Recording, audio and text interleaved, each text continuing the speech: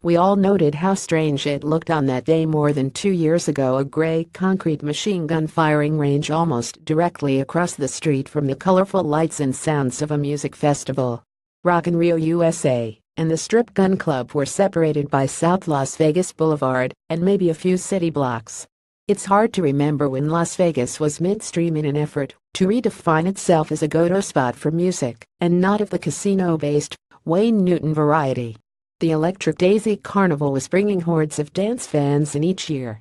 Rock in Rio, USA might do that for pop and, well, rock. Easier to recall is how concert-goers making their way to the outdoor festival were bathed in the glow of that sign across the street. It advertised the thrill of blowing things apart with automatic weapons. A communal experience on one side of the street, hearing music you love, or at least like to sing along to, with thousands of other people, some of whom were parents with their children, and something very different on the other. I can only assume it's required shutting out all sound with protective headphones. It was a chilling juxtaposition, especially in the wake of the recent mass shooting at the historic Black church in Charleston, South Carolina. People were worshiping there too, and then killed in the process. But certainly we couldn't have imagined the bleeding of one into another, how a music venue could become a machine gun gallery. The sniper who opened fire on the crowd at Las Vegas's Route 91 Harvest Country Music Festival Sunday did so from the 32nd floor of the Mandalay Bay Hotel, killing at least 59 people and injuring hundreds more. His was an assault on freedom, joy in the thing that makes musical festivals such a singular experience for music fans, a sense of community. People who know the music you know, share the same pop culture aesthetic, crave a similar experience. Essentially, your tribe outside of the tribe you were born into, strangers you can speak with in cultural shorthand. No need to explain who ODB is at Rock the Bells, or what BPM means at Electric Daisy Carnival. Your tribe knows.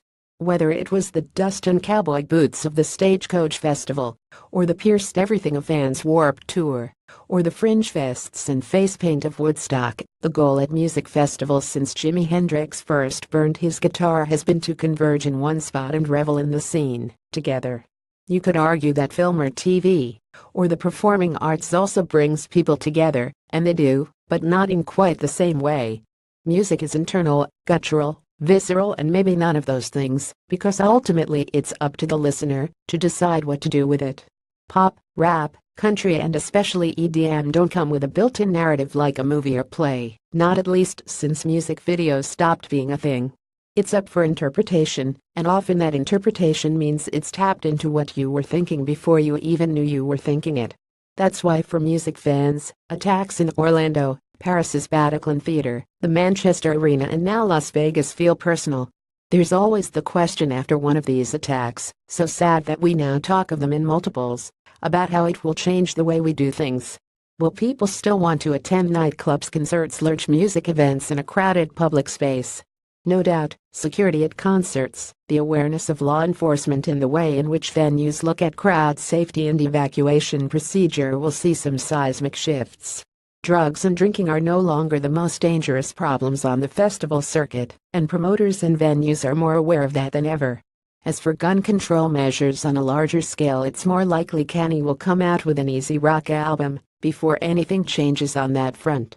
The attack in Vegas, like all the others, will not stop music fans from doing what they have always done, finding joy in music, together. Ali is a former pop music editor at The Times. Lorraine.ali at latums.com at Lauren Neely. Also Blade Runner 2049 premiere nixes red carpet in light of Las Vegas shooting tragedy. Country music's Caleb Keeter after Vegas shooting. We need gun control right now. Side of Las Vegas mass shooting is key venue in effort to make the city a live music destination. Wayne Newton Woodstock Festival 1969.